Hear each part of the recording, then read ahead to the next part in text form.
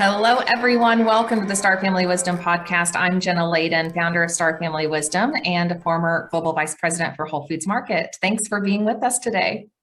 Hi, everyone. I'm Sinead Willihan, former special needs educator and co-host of the Star Family Wisdom podcast, which is a paradigm-shifting podcast, a community and an online school for your spiritual and cosmic evolution. If you're watching on YouTube, don't forget to like, subscribe, share with your friends, and you can find our podcast on your favorite podcast app. Leave us a review and a comment. We always want to know what's resonating with you and what you'd like to hear more of, and we'd love to connect with you. Yeah, it's been so great hearing all of your comments so far and making the connection with you guys out there. And Sinead and I met last year and realized that the journey and experiences that have led us here were very similar, because 5 years ago, each of us had experiences that changed our lives forever. And we both went on our journey of healing and exploration and research, and quickly realized that our reality is so much more expansive than we ever believed. And so after we became friends, we started having long conversations about our journey and about our experiences, about the expansion of consciousness, about our multidimensional reality, about extraterrestrials. And we wanted to share these conversations with you. Yes, all the things, because we know that we're not alone on this planet or in this universe, and there's time for everybody to know that. So on this podcast, we intend to share expansive conversations, ideas, and information that are going to inspire you and also support you on this crazy journey of being a human being. Humaning is pretty hard. We're going to explore ancient clues about our untold human story and real life supernatural experiences, lost knowledge from the stars, and spiritual wisdom that empowers you to transform your life for the better. And at Star Family Wisdom, we are experiencers of supernatural phenomena and ET contact. So it's important to us that we have open, mature, and fun conversations about what is possible, how we are evolving, and what comes next. Yeah, so for us, we love all things woo, magic, mindset, science, spirituality, health and wellness, and of course, always extraterrestrial, cosmic. And through these conversations, we want to explore how all of these topics connect to inform the evolution of our human experience. And ultimately, we want everyone to be able to embrace our very expansive multidimensional reality without fear. And things will get a little far out sometimes, but we'll ground you in the science, research, and information that we use to expand our minds and open to the incredible nature of our reality. Yes. So together we remember and discover again our place among the stars. And today we had a guest with us who really did give us that cosmic expanded viewpoint on what it's like to be a human being. We were speaking with the wonderful Tara McCallam, who is personally a good friend of mine, but also somebody that I really admire in the field of progressive wellness inherently. She does something that she's originated something called the Muse Method, and she uses it with her clients. It's essentially intuitive body healing, a hands-on form of healing, but it is involving a very expanded understanding of what human nature is and what we're possible, what's possible for us, what we're able to do, what the potentials are that we have within ourselves. So she brings healing to another level. She uses a very different approach. It is not like therapy where you're focusing on problems and challenges. She focuses instead on the expansiveness that exists within challenges, within struggles, within stresses that we have, and how we can use them to transform ourselves into more powerful human beings. Yeah, it was such a fun conversation. It was my first time to meet Tara, and I'd heard a lot about her from Sinead and, Sinead's experience working with her. So I was really excited to learn about the Muse Method and how she has just kind of intuitively figured that out, for herself, because she's gone through, like so many people, various traumas in her life and found these, moments of spirit waking her up, giving her like that wake up call and giving her this intuitive kind of guidance, that she started to follow. And I love just where that's led to this place of a really holistic understanding of the human experience and the wholeness that is there when we look at both, the shadow and the light, and we work to integrate that into our experience. And so I love that she brought that to the conversation today, that is not about denying parts of ourselves or to your point, Sinead, in therapy, really just focusing on the problems, but then working to bring new life, into your human experience. Yeah, she really does an amazing job of that. I mean, I've had sessions with her because that's how I first met her, was as a client. So I had 10 sessions with her a couple of years ago, and it was just mind blowing. I mean, she's unbelievably intuitive. She's so good at helping you reframe your perspective in surprising ways. I mean, I feel like, as adults, we often say that not a lot surprises us anymore. There's not a lot that's surprising or unexpected. Could be shocking, but maybe not surprising. And she just continuously surprised me by changing my mind, helping me change my mind, my perspective, my outlook about things. So she really does an amazing job of kind of utilizing language in a very specific way, and also helping us shift perspective. It's kind of like, we're used to looking out a window that has half of it covered with a curtain, and we just think the curtain always has to be there. And Tara says, no, you can just move the curtain out of the way and see out the whole window. It's a lot easier than we think that it is. Not that life still isn't challenging, it definitely is, but Tara talks about how there's power in and opportunity in the things that we are trained to see as being difficult and undesirable, and things that we're not supposed to have either in ourselves or in the world. We're not supposed to be angry, we're not supposed to have a hard time, we're supposed to be, we're doing everything right, I'm doing my best as a human being, how come things aren't lining up for me, this isn't acceptable, right? So rather than having that kind of attitude or mindset, more just welcoming in everything that comes in, not necessarily with an attitude of yay, this is great, but an attitude of, okay, what is this going to teach me? What can I get out of this experience, even if it's really hard? Right. Yeah, I loved the part of the conversation where she talked about that, kind of sense of like allowing anger, like you need to allow anger, you need to allow space, for these emotions and things that we feel deeply to arise within us, right? Because when we don't do that, that creates all sorts of other problems.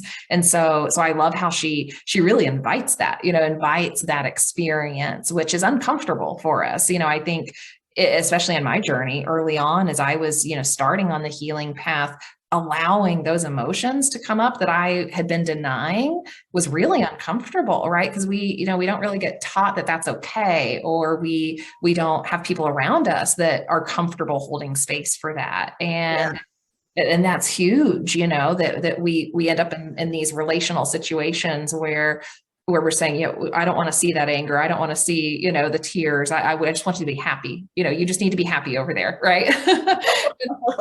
That's not a realistic way for us to operate, in like this type of partnership and a romantic partnership and, a family, situation. We have to be able to hold space for each other. We have to be able to understand like when those emotions are arising and what they're there to show us. Yeah. In that moment, and really support each other, regardless of what kind of relationship we're in. But she talked about how, and this, this is one of my favorite topics, that you have to do the hard work within yourself first. And so if you're not able to get to a place of being kinder to yourself, like allowing yourself to expand, allowing all the uncomfortable, so-called undesirable parts of yourself to be there without judgment, right? Without saying, I'm bad because I feel this, or I'm bad because I did this, then we're able to choose other people in our lives who also are able to be there for us in that way. And she talks about her boyfriend, Joe. She's been with him for 5 years, and they're so in love with each other. And it's not that idealistic, floaty kind of love. It really is a very grounded love where they recognize the flaws that each of them have.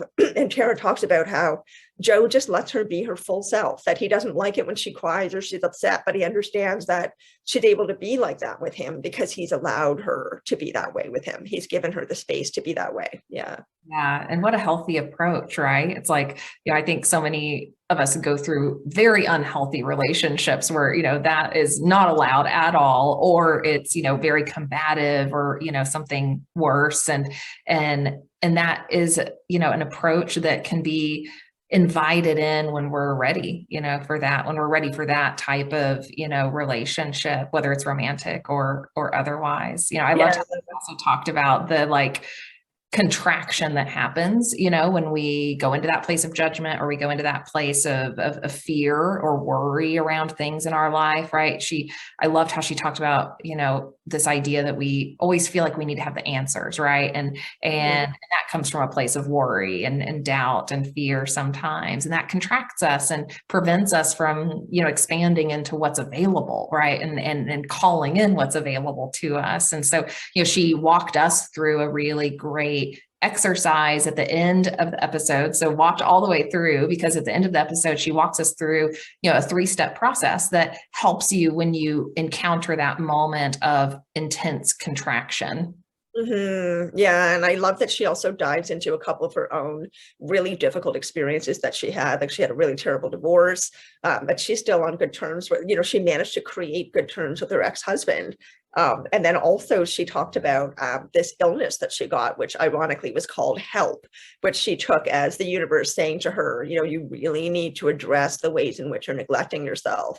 So she helps to ground us in these things that she's talking about by giving us relatable real life experiences as well. And I just love that. She has so much to offer. We're going to have her back for another one. Like, we say this about almost all of our guests because they're so fabulous, but honestly, I'm so inspired by everybody we bring on. And Tara is really something. It was one of my favorite conversations by far with her today. Me too. And so it was so impactful for me too, having, and I'm sure for you as well, having left, a structured kind of corporate, or at least for me, corporate world job.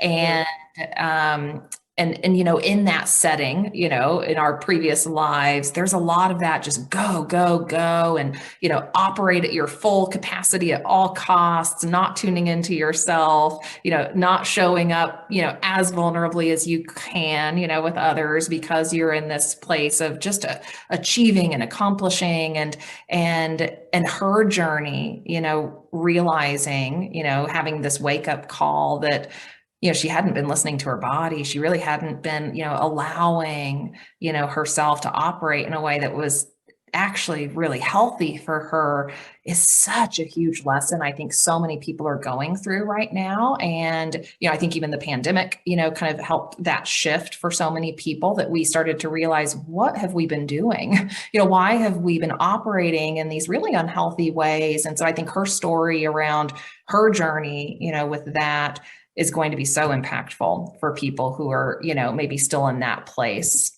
Yeah. I think so too. Yeah. And I love that she really comes through with this attitude of, each person's path is different. Each person's experience of wholeness or healing is different. Health is different. It's all about listening to ourselves and not being so focused on the external stimuli and the external rules that tell us how we're supposed to be. Yeah. Yeah. Because we have a lot of intelligence within ourselves and within the universe that we can tap into, right? We don't get taught that from the beginning. We don't get taught to listen to our own intuitive insights and to trust that and to trust the universe. Yes. Yeah, she mentions that. I mean, she talked about how when she's doing a session with a client, there are 3 entities involved: herself, the client, and the universe. And she also mentions, she didn't say that, she didn't say this in that phrase at that time that she was speaking during the interview, but with me, she said that, there's ourself, and then there's our muse, and our muse is our true self, the true powerful self that we really are, our natural state, which is automatically connected to the universe. So it's almost like there's 5 entities involved, right? There's her muse, her client, their muse, and then the universe, and all aspects are interconnected. It's a really beautiful way of working. I love how she explained it. Yeah, I love that too. And just such a good reminder, right, that we're not alone in this journey, right? That, sometimes it feels like we are in control and alone in our human body, but there's all this support around us that we can tap into, all this intelligence around us that we can tap into if we're willing to ask for it. If we're willing to ask for it, exactly. And if we're willing to know that and understand that it's unseen. It may not be a book you can get out from the library that's self-help. It may not be like a physical therapist office that you go to, but it is just as real and just as valuable. And coming onto the spiritual path starts to help us understand where those opportunities lie. So Tara is somebody who really integrates that. I love that so much. And maybe this is a good point where we can just jump into the conversation with her. What do you say? Yeah, let's do it. So check out her information in the show notes. We've got links to access her sessions and how to contact her. We talk about her art in the show. It's so Mm. beautiful. So check that out and don't forget to like and subscribe, rate, review, comment, and let us know what you're thinking about the episodes and what you want to hear more of. And we'll see you on the other side. We'll see you on the other side. Bye for now. Hello, everyone. Welcome back to the Star Family Wisdom Podcast. I am here with my lovely co-host, Jenna Layden. Jenna, how are you today? I'm well. Hi, everyone. So great to be here with the wonderful Tara McCallam. We've very much been looking forward to this conversation. Tara is a truly unique soul in the world. And I'm not just saying that because I'm slightly biased. She's somebody I know in my personal life. She really is wonderful. And she's an artist. She's a business owner and she's a wholeness coach. So Tara, we've been so excited about talking to you and thank you for being with us here today. Thank you too. I just love what you both are doing for the world and what it's going to help people to connect to. So I'm excited to be part of it. Oh, thanks, Tara. It's so good to meet you finally. I've heard so much about you from Sinead, and I know you two have some past connection, and so we'll talk about that. But I've just heard so many beautiful things about you and the work that you do and how you support women, especially. And we're just excited to talk about that today. Well, thank you. Thank you so much. So Tara, I just want to give a little bit of an introduction to the audience as to my connection with Tara, because Jenna, you just referenced that. I started off as a client of yours, and then we ended up kind of recognizing each other and feeling this familiarity and this real connection and ended up becoming dear friends. But Tara also has a lot to offer. And so I really want to get into that today and share you with our audience, because you have so much that you're doing that is bringing real value, like real concrete value and change and transition and transformation to people. So maybe we can start with this incredible painting you have in your background, because you're also an artist and your paintings are just incredible. And I thought that that might be a good way to start with your origin story. You know, how did you end up here on this path, doing this kind of work, having left your former career and completely independent? You want to start with the spirit of that painting and how you ended up here with us today? Sure. So the painting is called Emerge, and it really was probably a 6-month process. At the time, I had just gone through a divorce of my 14-year marriage. I did go out of it kicking and screaming. I'm not going to share the reasons why we got divorced, because I don't really want to attribute any blame. It's just really the course of what the universe needed both of us to go on. We had gone to see counselors and so on, but the counselors weren't helping me. I found that like we were just circling the pain, whether we were together or apart, and it wasn't creating any movement forward. And so I literally came to the canvas as a therapist. Now, my background is I went to school for art. Art was my thing all the way through childhood. But I had become an artist that replicated what I saw. I wasn't really like I wanted to do it right instead of expressing myself in art. And during my marriage, I had let go of art for about 10 years. And so here I came to this canvas, and like if you remove the image of the woman, it's not real exciting. Like down here, there's like, you can kind of see like reds and blues and like this taupey color. So that's where the therapy started. Was I just literally went to the canvas and like threw down colors. And it was all about emotions, like the emotion of pain and anger and anguish and, you know, just feeling steeped in that. And then this long period of time where I was numb, like there was just nothing. I didn't exist. And then it was like spirit said to me, like, but there's this movement that you're moving into, to this golden space, and also this space of like openness. So that all that went on the canvas. And I thought, well, this is kind of ugly, right? Like cool that I'm using it for therapy. And the canvas literally would talk to me. And it was a really powerful experience for my moving out of this pain and into like really finding myself. And then as I left the canvas alone, like in a corner, this image of a woman came up, like with her chest bursting forth with this energy. And so I had to figure out like, okay, like, how does this look? And I literally had I think he was like 5 at the time, my 5-year-old take pictures of me in like different positions in order to like get something on here. And a little bit of the background paint changed, but again, the canvas spoke to me like, this is where you're moving to. All of what is below doesn't get covered up. It moves up and through you so that you can burst forth in your radiance, right? So that you can connect to what is outside of you as well. And not only that, but like that place of numbness was a space that like held me from behind. And so it just helped me to, take the wholeness of my life and embrace it and to be able to move forward with it. So that was for me. At the time, I was working a job and, trying to find myself and really pulling, like, I wanted nothing to do with working for myself as a business owner. I felt it would be really irresponsible as a divorced mom with 2 young kids. Like, how do you do that? Like that's not very wise. And anybody who said how to do it, they would say like, you need to have like that going well enough that you can transition without issue, right? Or enough money in the bank. Well, that was impossible as a mom, a mom with 2 little kids and working a full-time job. There was not extra space to like make enough momentum. Mm-hmm.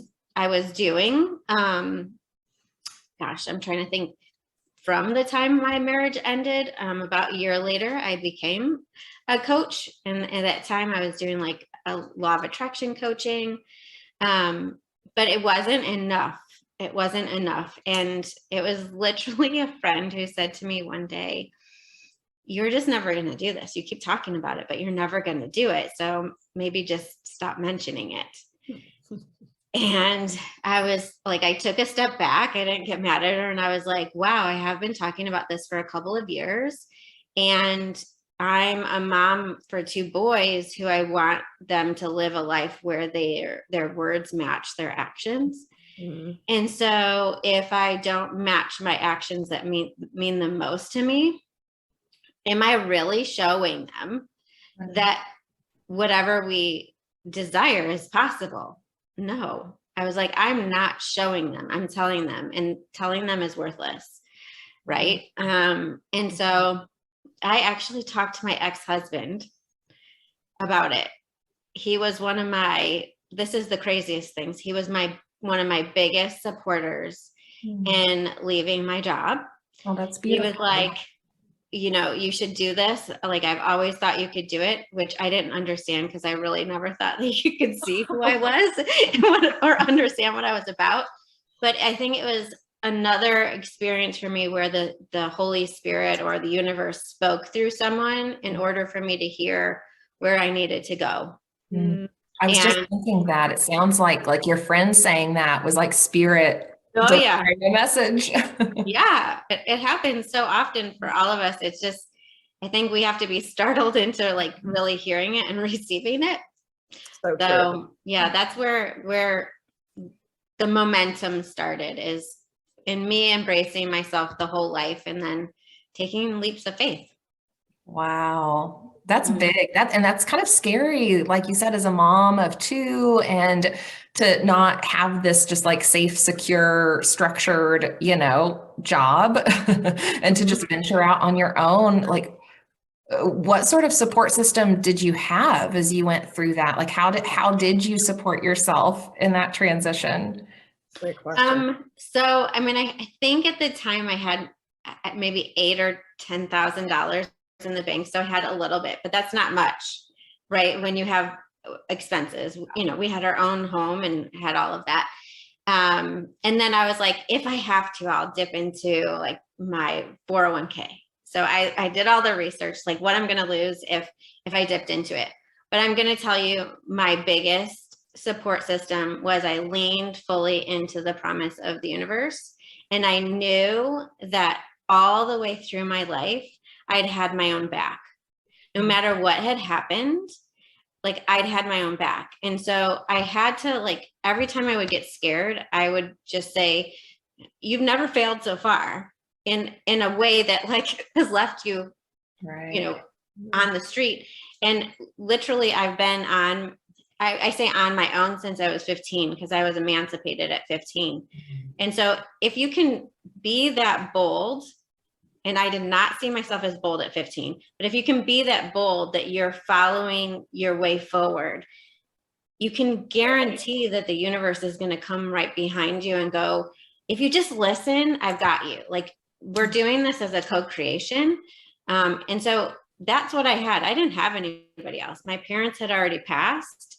You know, I didn't have any close family. I didn't have a plan B. So my plan A needed to work. I mean, wow. I guess I did have a plan B. I was like, I can go back and get a job again. But that plan B stopped being a viable option really quickly. So, wow. A lot of vulnerability that's required, a lot of vulnerability. And Jenna and I have talked about that a lot, how vulnerability is such a powerful thing, because we think it's the ultimate state of being disempowered and being weak. And this is one of the things that I love about your work, Tara. This is probably the key thing I love, is that everything that we think is a certain way, you see it the other way. So, you know, people who normally see vulnerability, and this is what we're taught, right, in our mainstream culture society, it's weak, it's weakness, it's being disempowered, it's like the lowest, smallest form of being yourself. But we know, if you're a spiritual practitioner, that's not actually true. If you're able to go into that space of deep vulnerability, say to the universe, like Jenna just said to the universe recently, okay, fine, you know, I give up, just give me all the, you know, all the support you can, because I got nothing right now, right? and then of course that's when it shows up.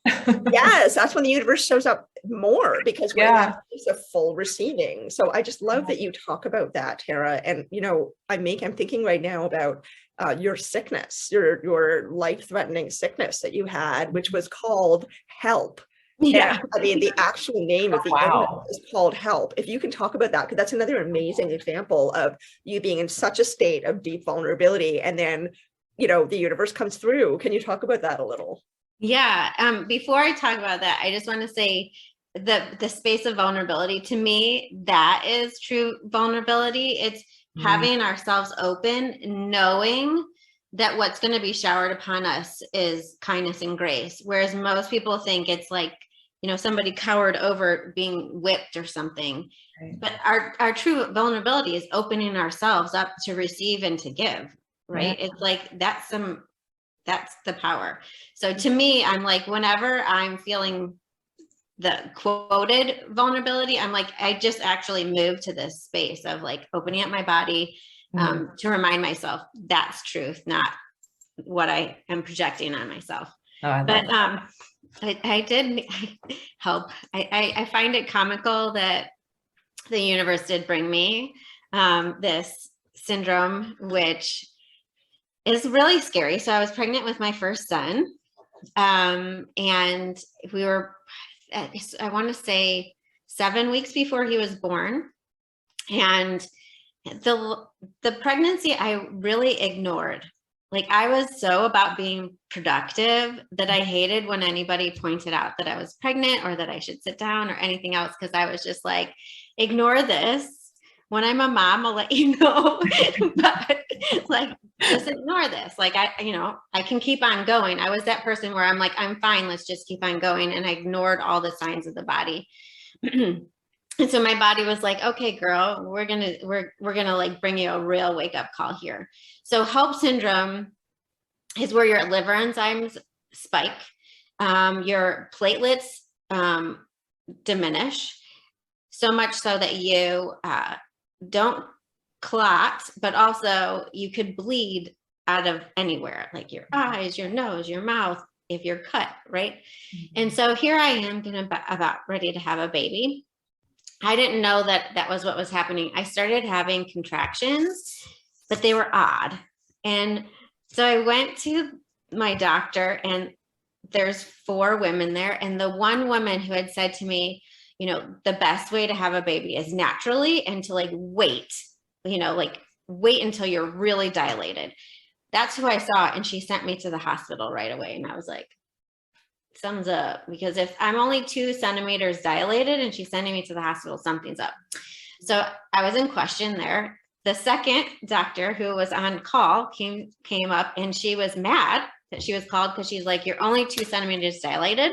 Why am I being called?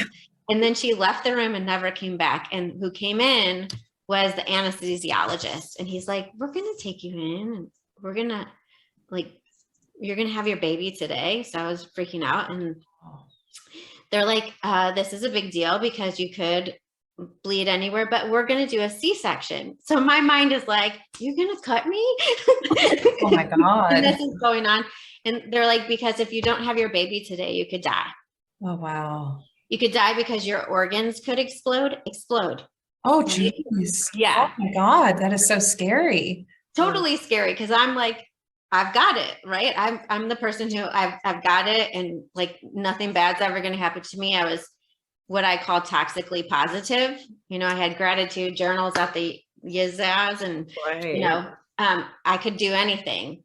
And so here I am at the hospital, gonna have the baby, and they have to put me out. And then I came to, and I was really, really sick.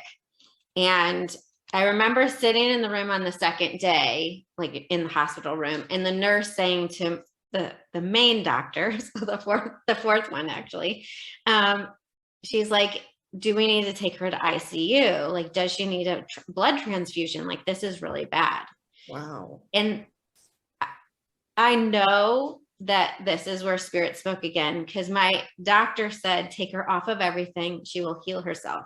Whoa. That's And so- really bold in a situation like that too. Yeah. Right? Wow. I'm like, I'm not feeling so great, but okay, you know. Are you sure, doctor? You know, but at this, I didn't even have any doubt. It was like in that moment, I wasn't living very much of a spiritual life anymore, but I knew it was kind of like all the curtains were drawn back, and it was like, this is your time. You're being awakened. You're gonna do this. It wasn't even a choice. Like, you're gonna heal. And an angel just spoke through that woman. And so let's go. Now that, you know, my son is now almost 16 years old. It took me a while to do any further advancement on this journey. But I feel at that moment I was awakened to what was possible, and that I wasn't alone. Yeah. But I will say, I believe that my body was doing this because I was so ignoring it. I was so ignoring myself. Sorry, it makes me emotional. I just lived for everyone else and to do life right. I wanted to be the best wife. I wanted to be the best manager. I wanted to like excel, and I had ambitions to the detriment of really living. Mm-hmm. And so my body was like, if you're gonna hate on us and ignore us, like, you're just not gonna live anymore, because this isn't really living. God, I feel that so deeply. I'm getting emotional now thinking about that, because so many of us do that to ourselves, right? We don't even realize until like a wake-up call happens. Mm-hmm. Yeah. Mm-hmm. Yeah. And sometimes that wake-up call is not, not everyone is at a place where they're able to hear that doctor, that voice that was coming through that doctor. Because what doctor would say, oh yeah, she's terminally, like, she's drastically ill. She's got a newborn baby that had to be born 7 weeks early. Let's just let her body heal itself. Like, right. No one. That's not how Western medical doctors operate. A holistic, practitioner might know that the body can heal itself, but yeah, a Western doctor would never do that. And this is what, I really believe that when spirit needs to speak, it will change the words that people say and change like the trajectory. And then what we do with it is our own choice, right? But I don't think that she would have said that of her own volition. Not at all. I agree with you guys. Wow. How long did it take you to go through that healing process? What was that like? And how did you focus on your own healing? The healing of the body was excruciating. Like, so, I asked a lot of people who had C-sections. I was like, how long were you in pain? Because I mean, I was in a lot of pain, a lot. And I was off actually for 16 weeks with my first son because I saved up. I was like, I really want to spend time with him. But I would say that all those 16 weeks, it hurt to like take one step up a stair. To sit on the toilet was like excruciating. Like, you don't realize like how many muscles in your stomach you need to use in order to sit down.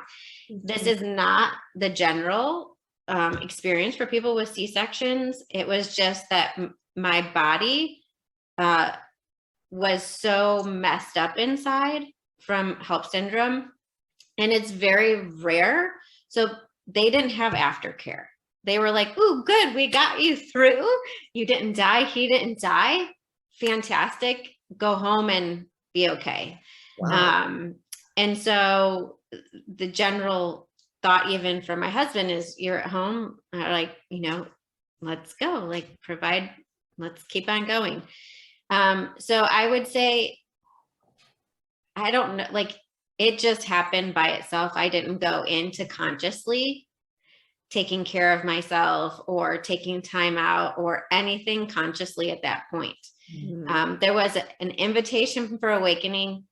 I took it in the fact that I stayed alive, but it didn't take a while until like I actually actively got on board. And I would say that came more through like having my second son. He was really the one who brought me to myself. The first one saved me so that I would truly live. And so, those two are for sure, they're my greatest teachers, without a doubt. I think there's like so much too. We're here to support them, but they come to bring us to our wholeness. Like, They without a do. doubt. So They do. And that's actually something that I've talked about with both of you as well, that children are so incredibly important in our world, and they're treated like they're not fully formed, and that, therefore their thoughts and feelings are not totally valid or real. I don't think we really know how to value children properly in this North American society. So I love, Tara, that you see your kids as energies that came into your life to serve you as well as you serving them, because it really is a co-process, right? It's a partnership, parents and children. And you work with teens, you work with kids, you work with parents, and you've been sharing with me some of the amazing results of those sessions. And it's actually, it gives me a particular feeling when you talk about your sessions with kids. And I know you get a particular feeling, right, from your sessions with kids that's not quite the same as when you're working with adults. And I was wondering if you could talk a little bit about what those sessions are like. Like, what are you doing with them? First of all, you do something called the Muse Method, which is really hard to explain. It's very ineffable because it's essentially energy and vibrational work. But it's so transformative. It lands so well for the kids and parents, whoever they are that you're working with. And you get actual results. You see people are seeing results in their lives. I saw results in my life after my sessions with you. But what are you experiencing in your work, particularly with young people? I mean, we all know young people right now are a special kind of generation. We're seeing a lot of very interesting beings being born, and you're experiencing some of that. So tell us about that experience, all the things you want to say about working with young people. We want to hear it. Sure. Gosh, I will say part of my transition has been fighting a lot of the things that the universe wanted me to be. And so working with teens wasn't something that I asked for. It was like, here you go, you're going to do this. And I was like, no, that's okay. Like, that seems really scary to me, right? Because a parent gets really nervous about their kid, especially if their kid is struggling. So when they bring their child to me, their child is already struggling, whether they're struggling because they don't want to stay alive, like they're saying that they want to kill themselves, whether they've actively made choices to try and do that, whether they're dissociating, having social anxiety, whatever it is, like their child is struggling. So there's like this massive amount of pressure. And I was like, no, I'll opt out of that. And then I realized that I was that teenager that needed somebody not to fix my problems, but to show me where my power was and how to move forward in a way that created differently. And that's all I was always asking for. And yet everybody would say, like, would validate, yes, you've been abused, or yes, this person speaks to you unkindly. And I was like, great. I understand all those things are happening, but how do I function and how do I create a different way forward? Because I don't want to live in this anymore. Right. I don't want coping skills. I want out. Right? How do you heal it? Yeah. Yeah. Well, not even just heal it, but like, how do I move forward in a different way? Right. Like that piece. And so with the teenagers, like, we really, like, I do a lot of question asking about who they are, what they love to do, how they love to do it, because I'm after discovering their natural way of being, all the way from like how they relate to others, whether it's one-on-one, multi, through movement, you know, like some kids, like they talk better when they're moving in sports and so on, all the way to like how they relate, how they are motivated, what inspires them. Because if they can find themselves, they can move into the space of adulthood with more ease. And they can actually embrace all the emotions, because we come into the teenage years and it's the bridge where we find ourselves to be an adult. And parents don't like the fact that like a kid is pushing back, but it's how we find our voice. What do I like? I don't identify with you anymore. Yeah. You know, is my voice the same as yours? Is it different? Is it the same as somebody else? And the pushback is a really delicious place.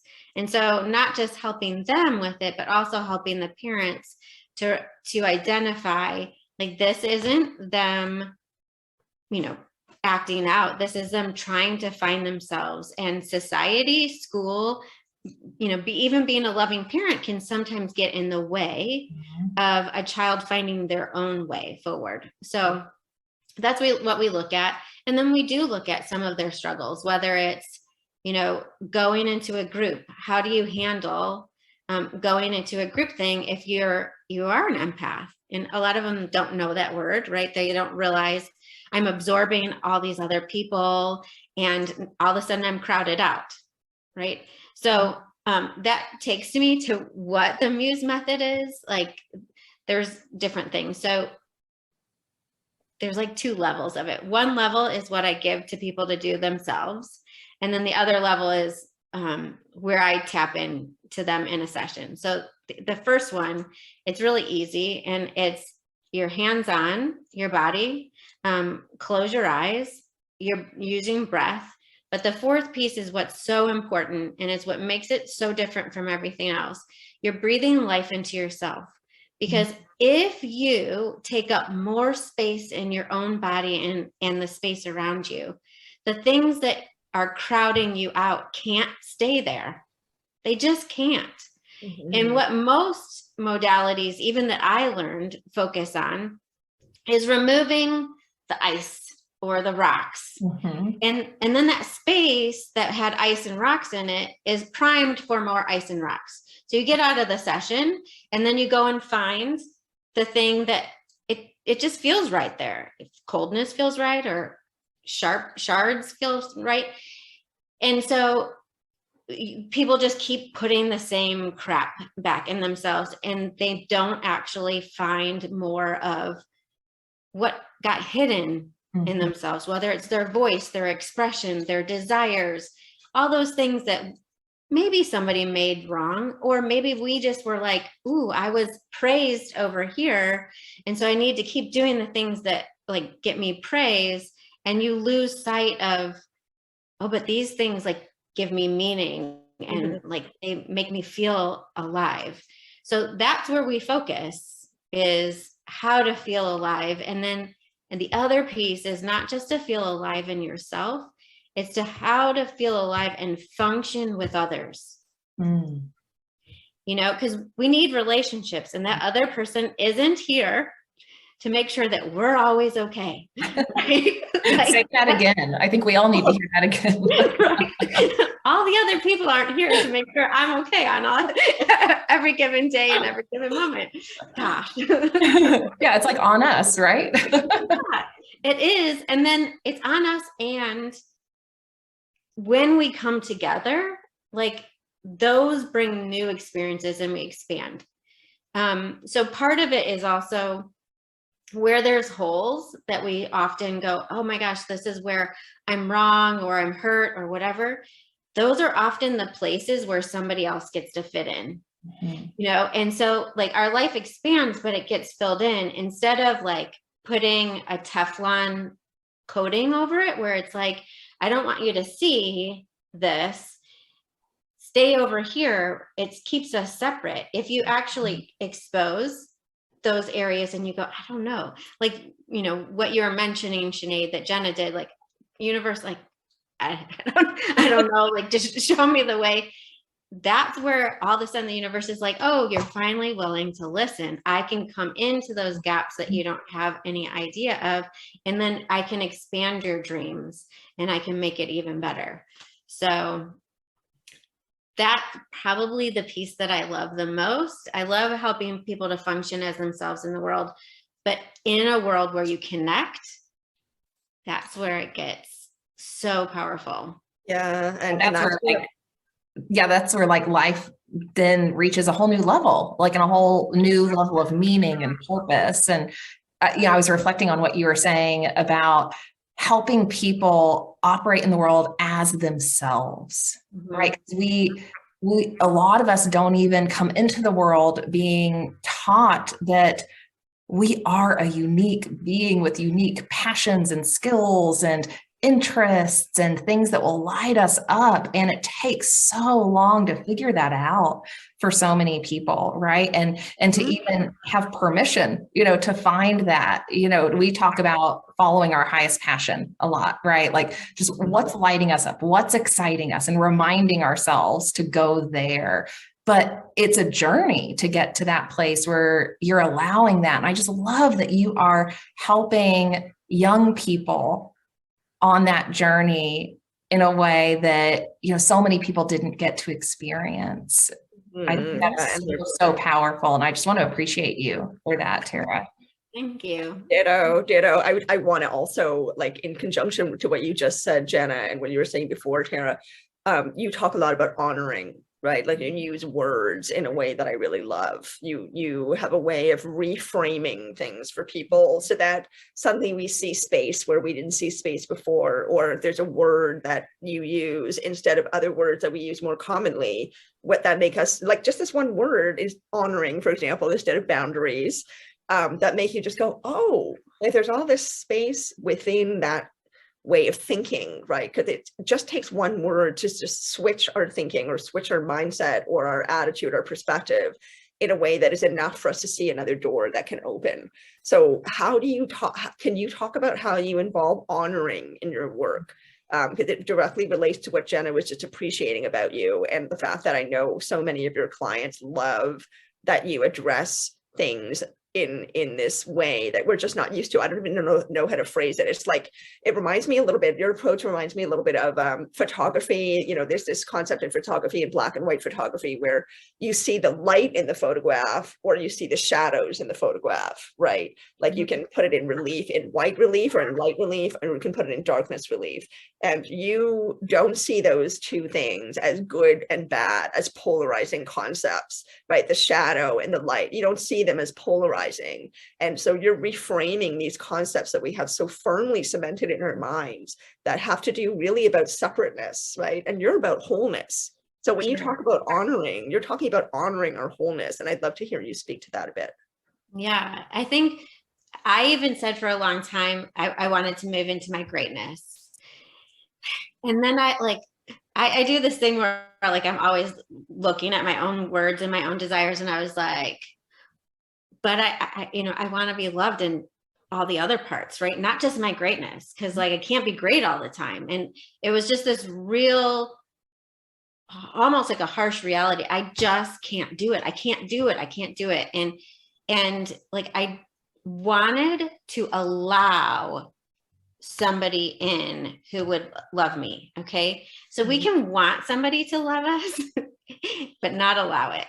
And so this is where like my relationship with Joe comes in, because I believe not just the universe, but my past father, his grandparents who are past, brought us together. And here's this man who loves like every fiber of my being. And I could feel inside of me this almost a repulsion to that. Like, this isn't right. Like, you know, I was my greatness before and I was rejected. Like I was doing it all right. Like I was ticking off all the different boxes and I was doing it all right. And it still wasn't right. How in the world are you loving me when I'm just being, you know, like sometimes I'm snotty and you know, crying and saying the wrong things and all this. And so I realized like we need to move to a space of wholeness in ourselves, not just in our relationships, where we really, really are okay with the fact that we're good and bad, we're dark and light, and that the darkness doesn't actually need to transform into light. It just is a part of us. And in allowing it to exist inside of us, like allowing like I don't knows to exist. Like we don't always have to be knowers. We then also allow the other person to be that without judgment, right? I don't need his best self. I get to see that and everything else. And I love the fact that he's whole. Like, I'm like, thank God, like, thanks for not being perfect. You know, the pressure off a little. Oh gosh. Yeah. Right. It's really, really delicious in that space, right? There's just a comfort in it, but also like it really comes down for this. It came down to me on a daily basis to go, it's still okay. It really is still okay to be whole. And that means like, I said the wrong thing there or I said a hurtful thing, not a wrong thing.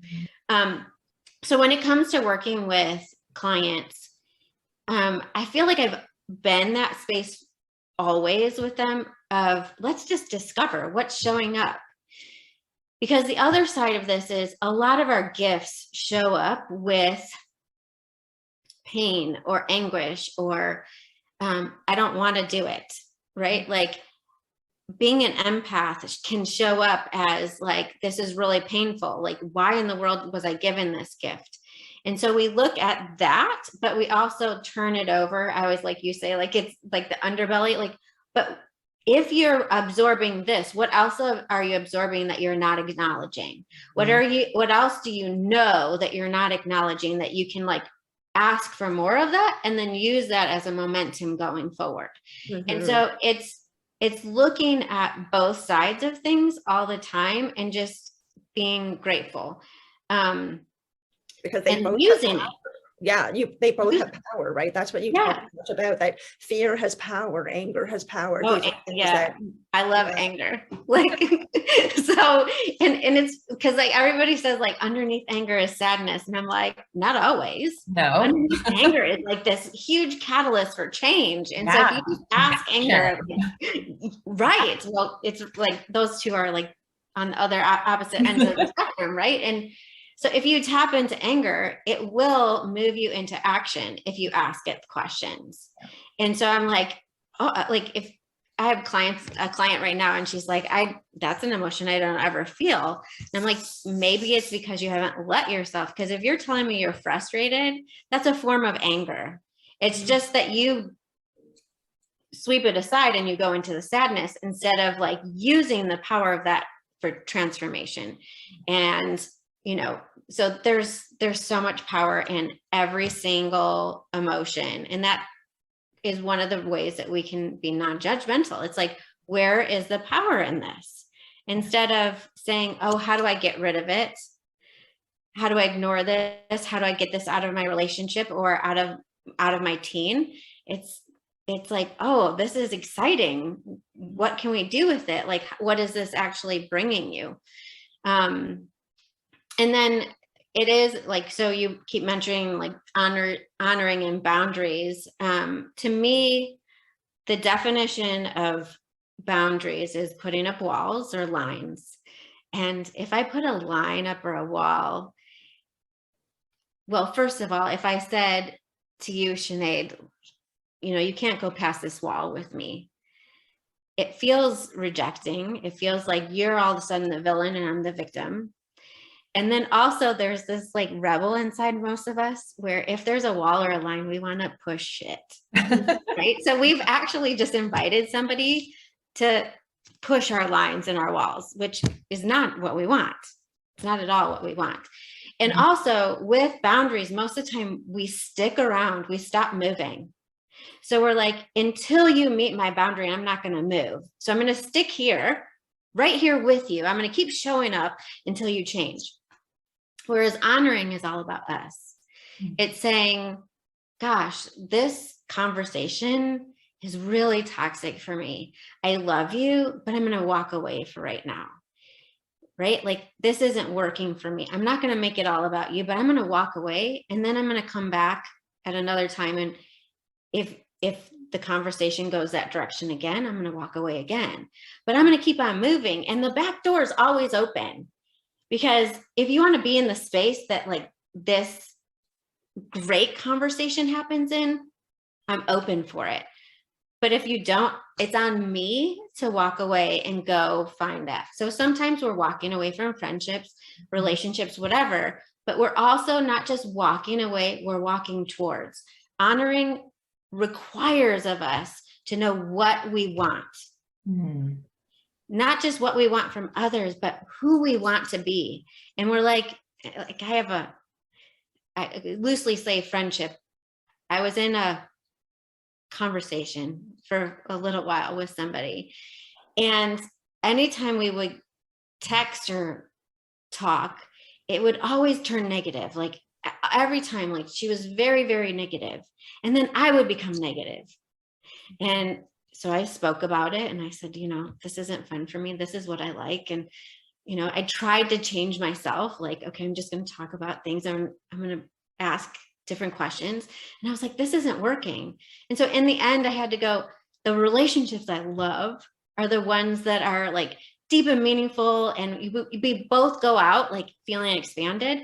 So I walked away. I walked towards the people who it's just luscious to be in their space. And I didn't wish her any harm. You know, I'm like, I hope you find the people who you want to be around. And if that's complaining, cool. No business of mine. People have to be where they're at, right? People have to be where they're at. Yeah, you know, and you know, there's times where I complain too, you know, but it's not what I want to do all the time, right? But I can't expect her to change. I can give her the invitation, but if she doesn't take it, it's on me to honor myself and then to go find people that are that space naturally. I love that reframing. Sorry. That reframing of boundaries versus honoring is so huge. I've never heard anyone talk about it that way. And that feels so much better to me. You know, that idea that it's not a hard line. It's not that wall of separation, right? Because I think that's what causes so much of our struggle and our, you know, internal, you know, sense of like dissatisfaction with life is just all this separation that we, you know, experience and create. And I love that idea of walking towards, right? What's honoring for you. I love that. Yeah, that's what I really love most about, I want to use what you just said, Jenna, to highlight what I feel is Tara's biggest skill set, which is doing that, like looking at the underbelly of something and seeing the power and possibility in the underbelly, in what is not seen and what is not obvious, right? And all the things we try to deny or escape or squish down because we want to pretend it's not there. Those are the things that Tara invites in and works with. And I just love that so much. Just like what you just said, Jenna, the idea of walking towards rather than walking away from, even though you are walking away, you know, you're using your freedom of choice for yourself to honor yourself to walk away. You're not only walking away, you're also walking towards, and you involve the yin yang of almost any situation in these conversations, Tara, that gives the listener a feeling of wholeness, right? Which is your whole approach, that you want people to be able to accept themselves as their whole self and to stop judging all the things that we've labeled as being bad or wrong, which comes from our ideas of separateness, right? Like these are the things that are okay, they go in these boxes or this box, and all the things that are not okay, which are decided on just through trends and mindsets that exist in our reality at that time, because good and bad changes all the time, right? That's firmly in this box. And these things are just firmly, concretely like that. And that is how life is supposed to go. But that's just not true. And you really bring that to the fore, Tara, in your work. And I know it's really hard to describe your work, but you make intuitive body healing such a part of it. And I thought maybe we could kind of go back to that in terms of, you know, talking about honoring and really relishing the wholeness of ourselves and the wholeness of others, but mainly this is about the self-work. So when you are talking about intuitive body healing, you're using that specifically as a tool with in supporting people to find their wholeness. How do you do that? Can you talk a little bit about that? I know it's really hard to do that. It's hard to talk about ineffable things, but and you've always said to me, you know, you never know for sure how these sessions are going to go until you show up and you're in the moment. It's so intuitive. It's so much part of just the flow, what's going on, and that's necessary as part of your practice. But if you could still talk a little bit about how you do that, I mean, the hands-on part, what you ask people to do, that would be really wonderful to hear about. Yeah, I think the first thing is I go in to a session, and there's 3 entities to it. There's me, them, and then the universe, right? So them also is like what I call their muse within, like it's where we're whole inside, like it's a voice that's always advocating for us and also very much connected to the universe, the collective consciousness. So there's a 3-way thing, and I empty myself out of really any ideas that I have, anything that's worked for somebody else, because when we start to do the work, I'm completely tapped into them and what the universe or their muse has for them. So that's first, and that's not always as easy as it sounds, because there's a part of us that wants to show up the best for people and have the answers. And I've learned throughout my time to stop having the answers and to have better questions, because then the answers come. And so, as I was saying earlier, like it is about hands-on. So hands-on, the client is almost always virtual these days. So I love that piece, because then they're not reliant on me as the one who's doing this to them. It's coming from them. So hands-on is because we need touch. Like from birth, our body is required to be in contact with touch. But most of us look for other people to be our touch points, you know, in every way. And so this is like, find the place on your body, wherever it is, and it might be all kinds of places, where all of a sudden you just feel like you slotted in. So I get people in tune with their body by asking them that. And then we close our eyes so that you move out of the brain. So the work that I do is experiential. It's not mindset work. You know, we're really tapping into, most people live from here up and then just take their body with them.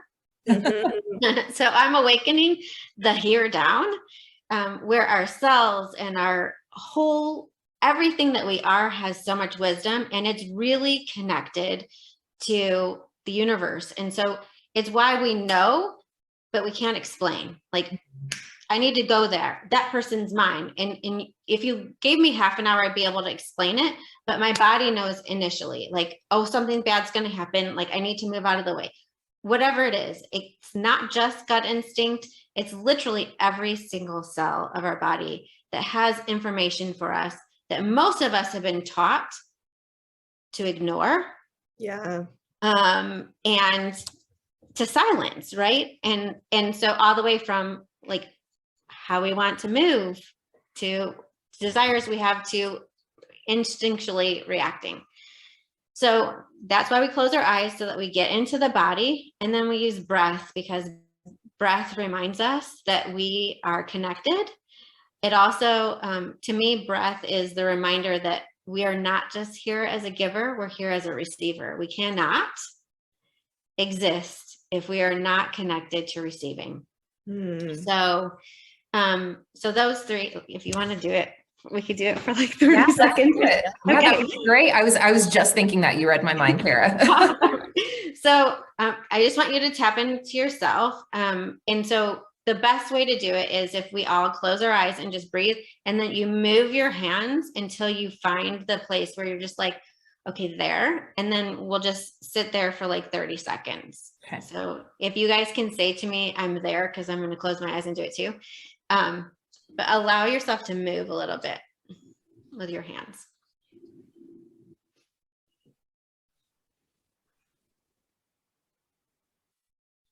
Okay, I'm there.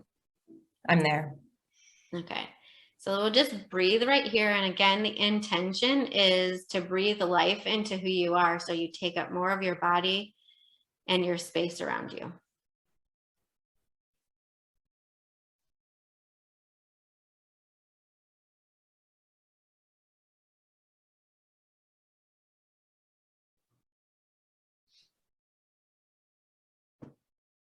And just because we've got some silence right now for people who are listening, do you encourage people to breathe in a certain way, Tara? Like, do you do the, in through your nose, out through your mouth thing, or is it just however it feels right to the person who's doing this exercise?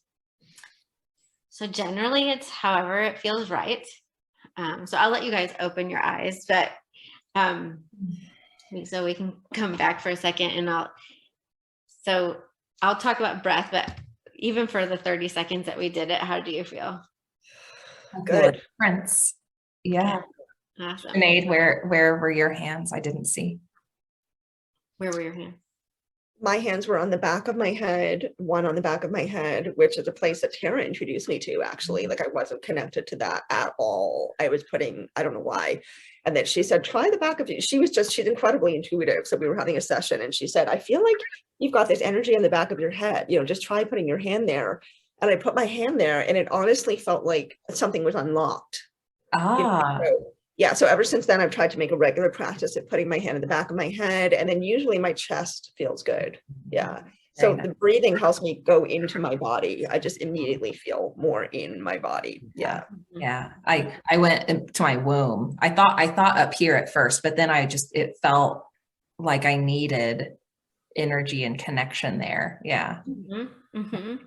And it may be different each time, and each experience may be different. So most of the time, for myself and people that I work with, you feel more centered, a bit more at ease, or a lot more at ease, and just more in tune with yourself. It brings about clarity, and you literally do take up more space. All the other stuff starts to fall out. There are times where when you go into that space, because there might be so much ice, heaviness, whatever in your life, and you start to turn that fire on, that emotions come up, or like you just feel like you're drowning for a little while. And so things like that can happen because you're taking up more space, you're melting the stuff or transforming it as it's moving out, and you can feel that like nausea or whatever as it's moving out. So but it's probably the fastest way to honoring yourself and to moving into a different space in whatever you're doing. So I personally encourage people to do that for 1 minute, 3 times a day, like before you get out of bed, when you get in bed, and one time where you feel overwhelmed. And if you do it more than that, rock on. But we can each show up for ourselves for 3 minutes a day, where we're like, okay, I'm just going to breathe life into me. I matter right now. So that's that piece. But for me, when I do it longer in a session, it gives me access to what's happening in here. Like, it gives me access to where your muse is screaming, hey, I need to do this. And so a lot of times people will come into a session and they'll say, I'm struggling with this. And we don't really look at that, because over here is if you go and do this, all of this will all of a sudden fall into place or won't exist anymore. It's because you're ignoring your own needs. You're ignoring this voice that's saying, go on your own and, have your own job, whatever it is. Like a lot of times it's a forward momentum that we're trying to silence, and it's causing pain in another area of our lives, right? Yeah. Whether it's in our body or in our relationship, whatever. It could not be that that relationship's bad. It's just, if you do this, your relationship will be better because you're fulfilled. Yeah. Yeah. I just honor that moment too, that you were talking about when you start to do this intuitive body work and allow that ice, to start melting, and how uncomfortable that can be in that moment. And, so many of us, we're not taught that it's okay to just cry and let that out if it needs to come out. And so I think, that's such an important, message for people is, when you're in that moment, let that release happen, because it's happening so that you can bring more of you in. Yeah. Mm-hmm. Yeah. It's huge. It's and it's also about helping the people around you to be okay with that. I remember with Joe, he used to say to me, oh my gosh, I hate it when you cry. He just wanted me to feel better and be happy. Right. And I had to say to him, you're the space that gives me the freedom to cry and get it out. And I'm like, it is one of the greatest gifts you give me, is to be able to do it, not just alone, but with somebody who cares. And so this is huge. And on the other side of this is something that's greater than happiness, which is deep connection and fulfillment. You're bridging the gap by allowing this out of me with you. And, we're so often taught the pinnacle is happiness, but it's not. Happiness it's just another emotion. It moves. It's here and there, but there's other things that we can go for that are substantial and deeply connect us and, to each other and ourselves. Yeah, we really think, I thought so much about that, what you just said about happiness being the pinnacle. It's so ingrained into us that you will be happy if you have, or when you have, or if you create blah, blah, blah, blah, blah, A, B, C, D, E, and F. But the fact is that the human condition involves dissatisfaction. It's a natural part of our state to be dissatisfied, unhappy, whatever, because we're living in a maybe dimension, maybe, people have different ideas about this place that we're all in together. Jen and I feel like it's this third dimension, right, of humanity, where it's a dimension made up of duality, and duality is necessary for our growth, for our progress. We have to involve the full understanding of duality to really be able to grow. And you're talking, earlier at the beginning of our conversation today, you were talking about how you and your ex-husband went to couple therapy, and it was just this kind of roundabout conversation where you just kept circling through the same issues. And just now you were talking about, not focusing on whatever the challenge is at hand, but focusing instead in how you can use it. It just kind of reminds me of the way you have conversations with your clients, because it brings up the phrase, whatever we focus on, we make more of that. So if you're focusing on the problem, the challenge, the difficulty, the struggle, the stress, the suffering, you're going to get more of it. But if you change your perspective and see it as being something, as you've been putting it, something that propels you forward, it's an opportunity, it's a catalyst, it's a slingshot, it's whatever, to not resist it and push back against it, but to actually welcome it in, which is so hard to do. That's so uncomfortable, right? To allow discomfort or anger or suffering or whatever it is, to allow it to be in your life on a conscious level, go, okay, I'm just going to welcome this in and try to learn from it. That's so incredibly difficult to do. It is not what we're taught to do. Or with another person. Yeah. Especially with another person. Yeah. It just cracks me up, because I've been working with couples lately, and one of them always comes as this is the problem. This is what I want to address. This is where I want to go. And I just have to always say, I will not go about it that way, because what we're really doing is we're putting one person as, you know, the one who's wrong, and we're saying, I'm going to put the blame here, and if you just fix yourself, it'll all be good. Yeah. You know, but it is an impetus. Like whatever we're dissatisfied, it is an opening. It's an invitation, even more than a lesson. It's an invitation for something greater. So if you're dissatisfied with the communication in your relationship, it's like, okay, so what are you looking for? And most people go, well, better communication. And I'm like, okay, but no, like beyond that, if there wasn't this problem of communication, like, what do you want together? Like, what do you love? Like, what can we use as building blocks to get something further? Because you're saying, I've gotten to such a point. Oh, I don't know that I have a piece of paper here. I do. Such a point that I'm bored now. So I feel like this is life, and hopefully this is going to show up on camera. So this is the back of a spiral, because so, you know, whatever, we start here in life, and we have views to get here, like just to there. Right. And so this seems like so amazing, and that's what we're going towards. But once we get here, this doesn't seem like enough anymore. Like we're bored. And so we want more. And so we get dissatisfied. All of this is something to build upon. Right. Because this is going to build the building blocks of this. But we all of a sudden, once we get up to here, we're like, oh, there's more. And that's what the universe says, is there's more to this relationship. You can have more. So I'm going to make you dissatisfied. Don't go back and fix this stuff. Yeah. Even if there's problems, go here and use all the lusciousness here to build this, and then add some new stuff in. Right? Going forward, keep going. I love that. Yeah. But we're always going to get dissatisfied. Like we're meant to be in the more all the time, because we're creators. Yeah. Right. And so if we've already created something, it's part of our nature to go, okay, now what else? Yeah. So then you have to expand into that. You have to expand your vision and expand into like, what else is there that can be added to this equation to make it this even better. Who else do I need? Like all of a sudden it's like, can you let other people in, or let the universe in? And then can you pull back? This is where looking back isn't always a bad thing. Like look back and pull some of those things in that work, while leaving space for like new additions. So yeah, it reminds me of how, you know, you might not be saying this to people, but you are bringing in a cosmic sense for people, you know, of who we are, right, and who the individual can be. And part of that is, and this is one of the biggest lessons I learned from you, because you kept saying this to me over and over and over again. Like I couldn't really hear it. I heard it, but it wasn't landing, right?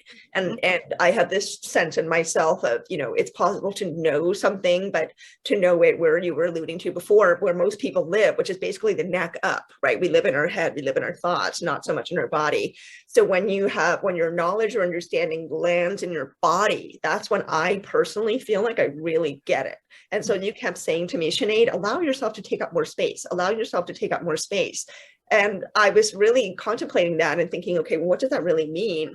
And then more and more over time, it deepened into this understanding of not just me, but all of us. We're taught to not take up a lot of space. Like our lives are only supposed to have a certain amount of space, right? Like we're supposed to have room for bills and responsibilities. We're supposed to have room for our house and our home life. We're supposed to have room for a job, room for our friends, room for our family, you know, for these things, maybe for travel, but then that's it. Like that's the space that our lives take up, right? Is the ingredients that we think encompass our lives. But really, we are cosmic. We are not boundaried at all. We are not walled in at all, unless we do it to ourselves. We have to change our mindset to realize that we can take up as much space as we want or need, and our lives can do that, because as you put it, we are creators. I just love that you said that. Human nature is creation, and also because we live in duality, right? Creativity and destruction are hand in hand. Create and destroy are both dynamic ways of being that we can utilize, right? It's not like creativity is wonderful and destruction is awful. There's power to both of them, and you really bring that into the conversation. You allow room for discomfort, room for unpleasantness, room for pain without saying, okay, we have to get rid of this. It's more like, what is pain saying to you? What is the voice of pain telling you that you really need? And I just love that so much, how you again work with the underbelly, the uncertain, the unseen, and you flip things over so that the person sees the other side, whereas they couldn't possibly have before. It's like the back of your bureau, right? You never see the back of your bureau. You only see the drawers. But if you look back there, there's something back there too. There's information back there. There's something back there. Yeah.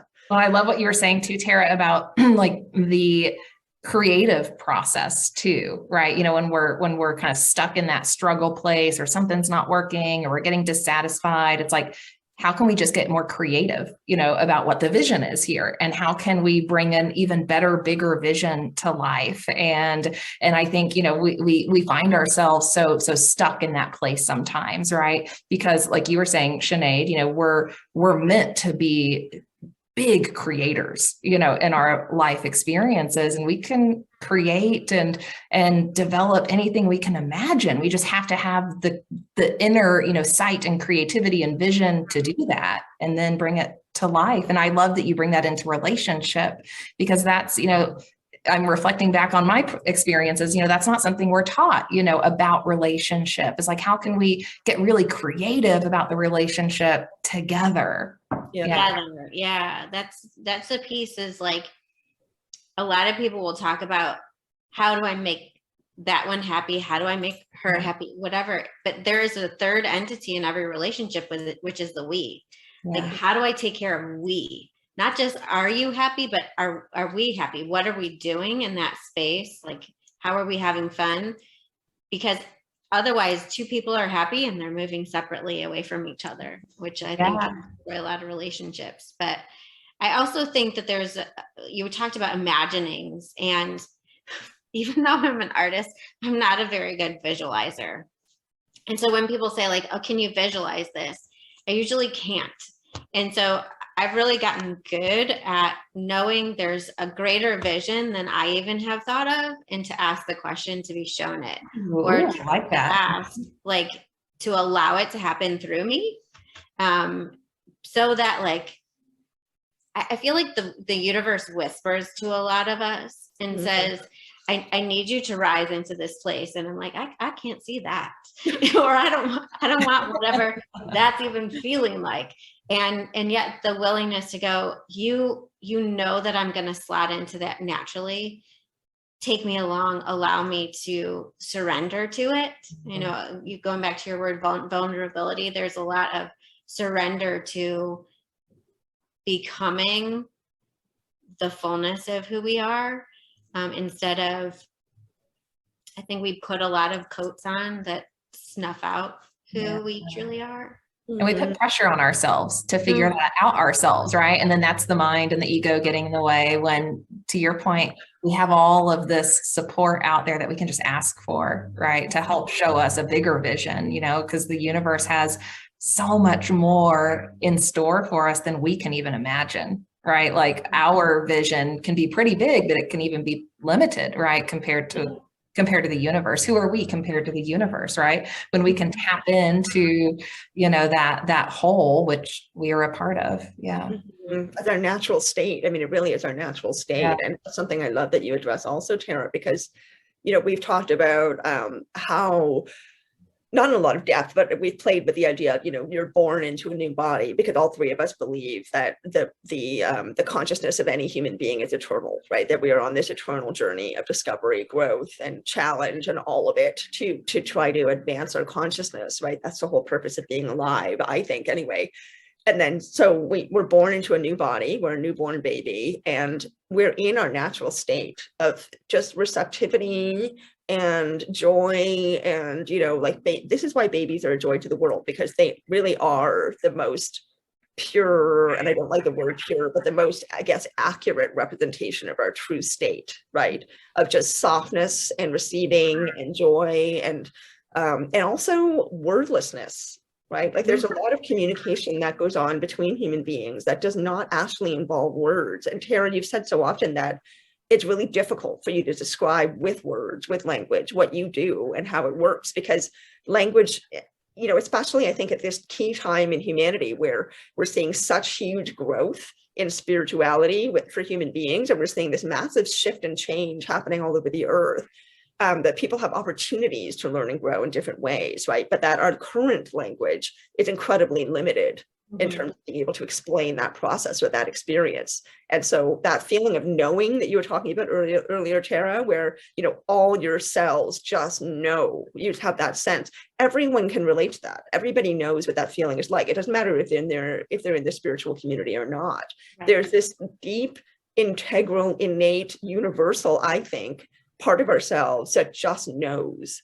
And that's the part that can come into being when we do work like yours, right? When we just allow ourselves to, we stop piling on all the coats of expectation of, you know, judgment or shame, or, you know, we should have this kind of car, or we should be making this kind of money, we should have this kind of family.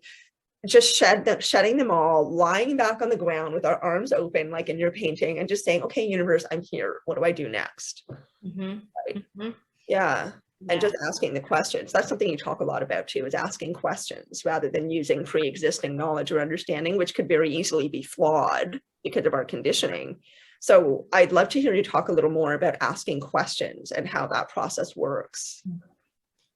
I feel like most of us go into anything looking for the answers, right? Like whether it's a problem with a friend, a spouse, a parent, with your business, it's like, what's the right answer? Like, what do I need to do? And I know that that's a question that you're starting with, but it's really pressurized into finding the right way instead of, what is this? Like, there's more questions to ask for everything that's coming up. And when we start to ask questions, it literally opens up doorways of possibility. It opens up our being from seeing two ways or one way, feeling trapped, suffocated, snuffed out, whatever it is. And it goes, oh my gosh, there's so much more. And then it also accesses us to universal consciousness that goes, hey, like you haven't even learned about this, but here, I've got this for you. Like, this is possible. And to me, that also is not just about expanding and moving into open areas of possibilities. It moves us out of the space of worry. It moves us out of the space of fear, because all of a sudden we can ask, which is prayer. We can ask to be shown, and we can ask for something greater than we could imagine. And to me, everybody that I've ever talked to, they have the ability to access something that's greater than they could imagine, right? Like, you don't have to go down that rabbit hole. Like, this is the beginning, like the precipice or the precipice. I don't know if that's the right word, but like the beginning place of something greater. Your fear is a beginning place. Earlier you talked, Sinead, about like all these things that happen, and like, instead of resisting them, there's another place that we can go to is like gratitude. Like, immediately I'm afraid, I'm worried. Thank you for showing up. My body is letting me know that first I'm out of alignment, that I'm like completely contracted. Because if I'm in fear, I'm contracted. I'm not connected to myself, as well as I'm not connected to the universe. Thank you for letting me know. So, you know, I immediately go into gratitude, and the next space I go into is the Muse Method, because I'm like, okay, I can't ask myself to just be it. Like, I need to breathe life back into myself. I need to give myself the space to expand. So I'm just going to breathe, close my eyes, and put my hands on. I'm here with you. We've got this. We're going to expand. And then I ask questions, because it's like, cool, I have no idea. Like, I don't know how to do this. You know, recently my son called me last night, like right before I went to bed. I've told Sinead this, like, I've had a lot of nightmares lately, and I've realized my nightmares are fueled by worry.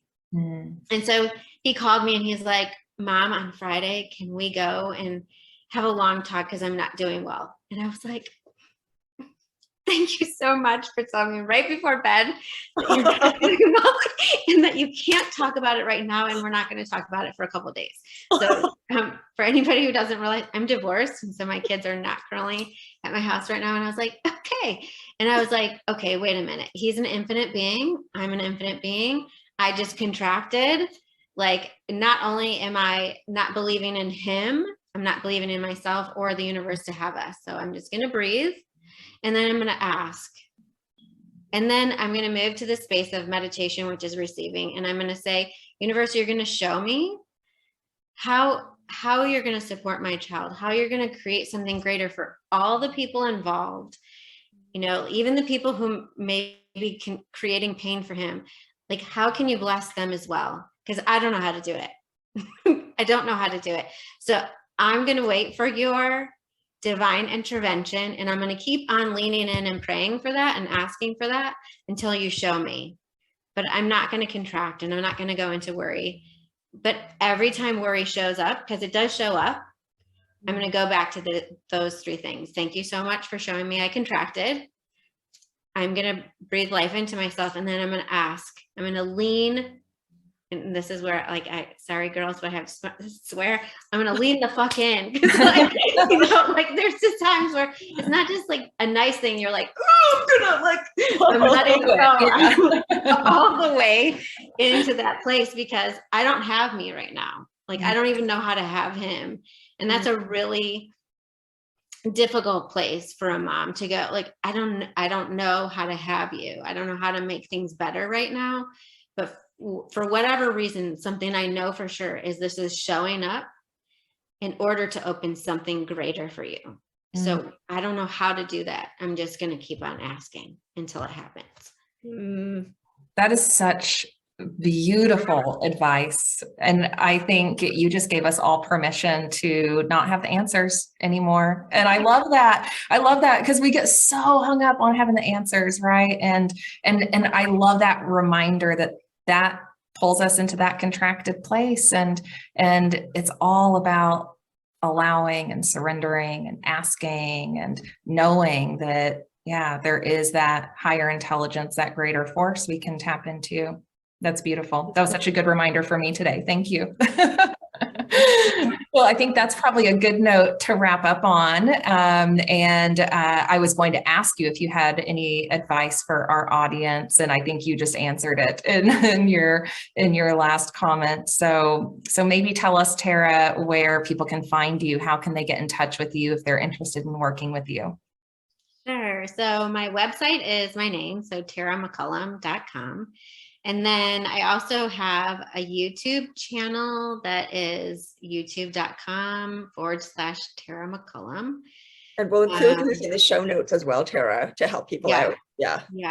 And then I have a business page on Facebook too, I just do little videos every once in a while to ask different questions and to give different perspectives on things, especially about teenagers, as well as like relationships and with others and the self. So yeah. Beautiful. So follow Tara, and like Sinead said, we've got Tara's links in the show notes, so you can connect with her, and do share this if you know couples, people, parents with kids who need support. Tara can be an excellent support system. I think you've probably all felt that, in this episode. I certainly did, and gained just so much value from this conversation. And I feel more connected to myself just having been here with you today, Tara. Thank you. Thank you for being with us. You're welcome. Yes. Thanks for inviting me. And I love the fact that you feel more connected to yourself. I don't know that we can ask for anything greater. I know, right? Yeah. And reminding us of our wholeness and to embrace that. That's so important. This was, I think, such an important conversation for so many people. Yeah. And how important it is. I mean, I want to emphasize again how important it is to reframe, right? To remind ourselves that there are different ways of approaching life, different ways of seeing, different ways of feeling, and that our old habits and patterns are not where we need to stay. We can branch out in any way that we want to. So Tara, thank you so much for being with us and for bringing this. I wish we could keep talking for like another 2 hours. I know. it might be too much for our listeners. So we'll have you back to talk more about this. And your artwork is just incredible. You do accept commissions. So if people would like to have really inspiring spiritual art, powerful art in their home, they can also contact you about that. We'll include that in the show notes too. But Tara, honestly, it's been such a pleasure to be with you today. As always, I just adore you as a friend, but also really admire you as somebody who's doing work and in this field. And you have such a unique perspective to bring. Yes. Yeah. Thank you for being with us. It was so fun, so fun. And everyone watching, don't forget to like, subscribe, leave a comment. Let us know what resonated. Let us know what you want to hear more about. Let us know what questions you have, since we're asking questions instead of having all the answers now. And don't forget to check out the show notes, and we'll see y'all next time. Thanks for watching and tuning in. Thanks, everyone. Bye for now.